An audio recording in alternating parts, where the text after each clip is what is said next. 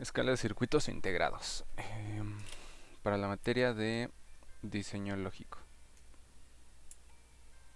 Em, bueno, aquí podemos observar una imagen del primer transistor.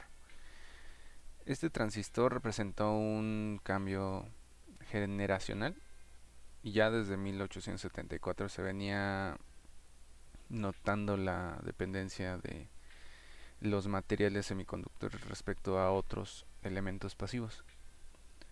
En 1920 se generaliza el uso comercial del cobre óxido y el hierro selenio. Aquí se puede observar que era un muy rústico y muy complejo este primer transistor, el cual fue creado en los laboratorios Bell en 1947.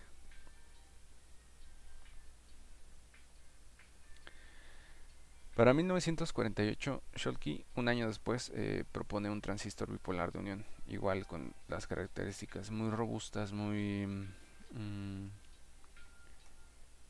de laboratorio, pero ya era un gran avance, permitiendo el salto, dado distintas cuestiones como lo declararía después Moore, eh, la comercialización de estos aparatos.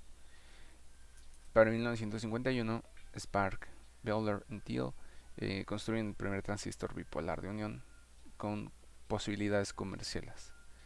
Ya se empezaron a vender estos transistores, ya eran comerciables y eran una realidad. Se había creado una industria alrededor de ellos, ya se habían testeado, se habían probado desde la creación del primero. Y esta industria se empezó a refinar año tras año. Aquí podemos ver cómo el crecimiento de Silicon Valley muestra una tabla, una gráfica de la innovación tecnológica. Esta innovación se puede ver cómo pasamos de tubos de vacío, equipamiento de prueba, circuitos integrados para 1960-70, computadoras personales en los 80s, a esta actualidad de Internet que tenemos. Ahora vamos a hablar de lo que es la escala de integración. La escala de integración está sujeta a la cantidad de elementos que se empezaron a integrar, valga la redundancia, en nuestro circuito.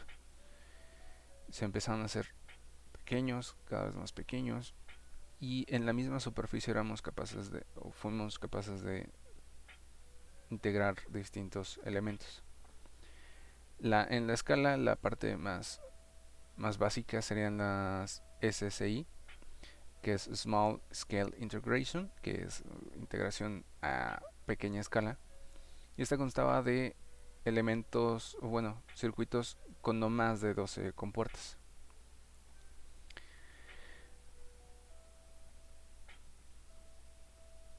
La integración de compuertas elementales en un número en función del número de entradas y biestables del tipo JK principal subordinados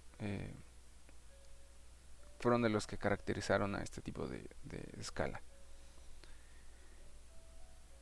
Algunos decían que contenía de 10 a 100 componentes y lo que podía formar de 1 a 12 compuertas lógicas respectivamente. Después tenemos la integración LSI o Large Scale Integration. Esta integración constaba de 100 compuertas lógicas, lo que nos llevaba a unas 1000 componentes integrados. Estos integrados realizaron una función completa, como es el caso de las operaciones esenciales, calculadoras, almacenamiento de bits. Con este tipo de escala de integración empezamos a tener memorias funcionales, podemos almacenar información y empezamos a aprovechar esta capacidad para guardar toda la información que fuera importante para nosotros. Por otro lado tenemos la VLSI, que es el tipo de compuerta muy es grande, a very large scale, y esta iba de 1000 a 10.000 compuertas por circuito integrado, los cuales aparecen para consolidar la industria y definen la tecnología de los componentes aislados. Dan inicio a miniaturizar los equipos. Las computadoras portátiles ya son una realidad después de esta escala de integración. Y empieza a ver la bola de nieve en cuanto a el constante la constante reducción de los elementos en un espacio igual a la generación anterior. Muchas compañías, entre ellas Toshiba, Nvidia, IBM, Broadcom, empiezan a ser líderes en el desarrollo de estos integrados. Eh, Se genera una competencia entre todas estas compañías, cada una especializándose a su área, pero sin dejar de crear estos componentes o meterse directamente en el proceso y en el diseño de los mismos. No necesariamente los creaban, muchos de ellos empezaron a diseñarlos, y esos diseños es lo que vende actualmente, ¿no?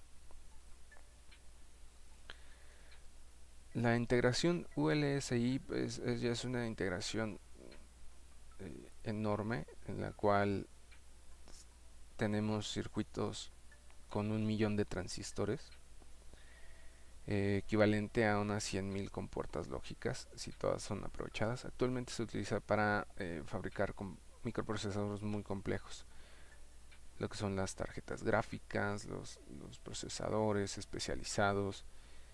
Todos estos ya contienen arriba de 1 millón de transistores.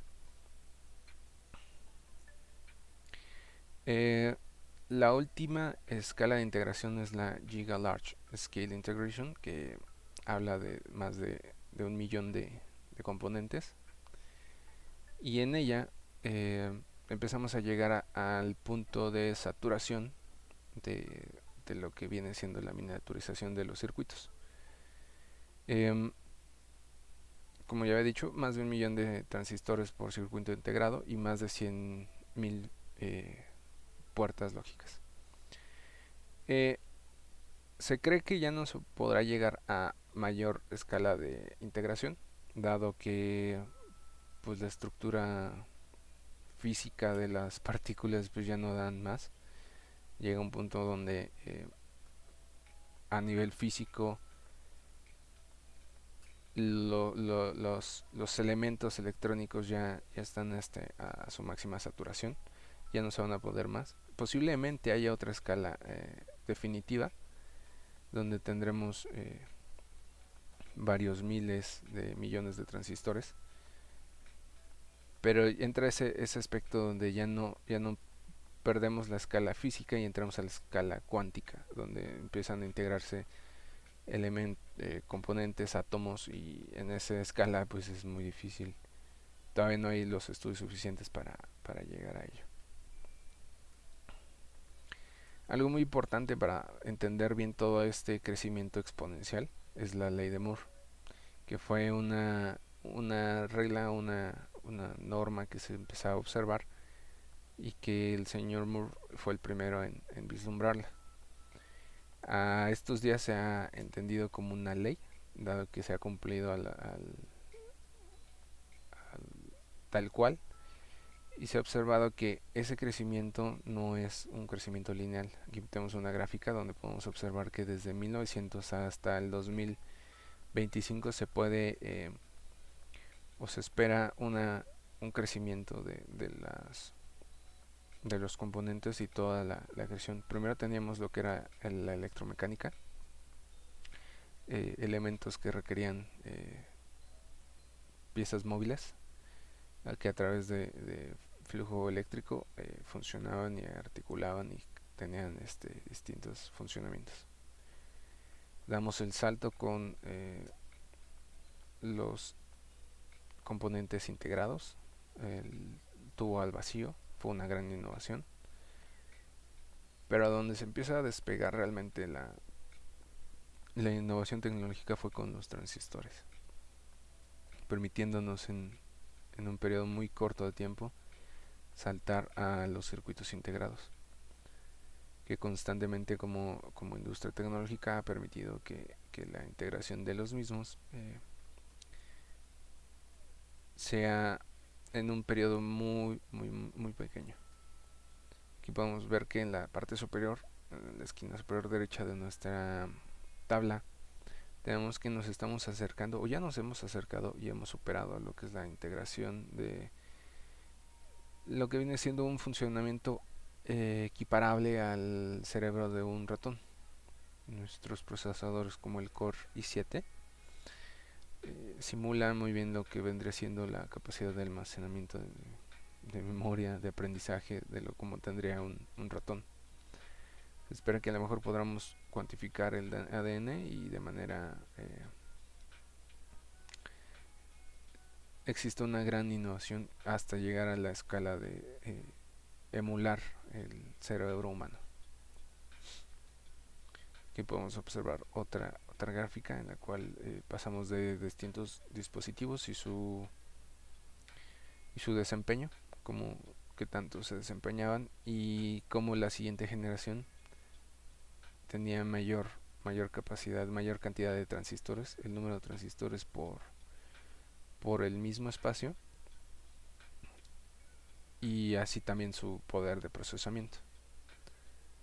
Desde circuitos en la época de 1982 con el 286, procesadores como el 386 de 1985 hasta el 2000 con el Pentium 4, que superaba realmente en una cantidad no lineal el poder de procesamiento, así como la cantidad de transistores que poseía. Esta es otra gráfica, dado distintos estudios se van interpretando diferentes comportamientos. Aquí se puede ver cómo la miniaturización de los transistores nos lleva a cientos de miles de transistores para la línea roja superior, y las frecuencias manejadas con la línea verde. Podemos observar que los megahertz también fue creciendo de manera un tanto exponencial. El número de procesadores se vio un despegue a partir del 2005 y ahí ha crecido de una manera exponencial. La cantidad de consumo de watts también es creciente. El, como para cerca de 1990 se empezaron a generar hilos de procesamiento y como cada de estos hilos empezaba a tener un mejor performance. En apariencia tiene un crecimiento un tanto lineal, pero la línea tiene una inclinación muy grande, ¿no? Entonces es interesante ver hasta dónde llegaremos, cómo se espera que para 2025 haya ese crecimiento interesante. Y pues nada, espero haya sido interesante esta presentación, profesor, y muchas gracias por su atención.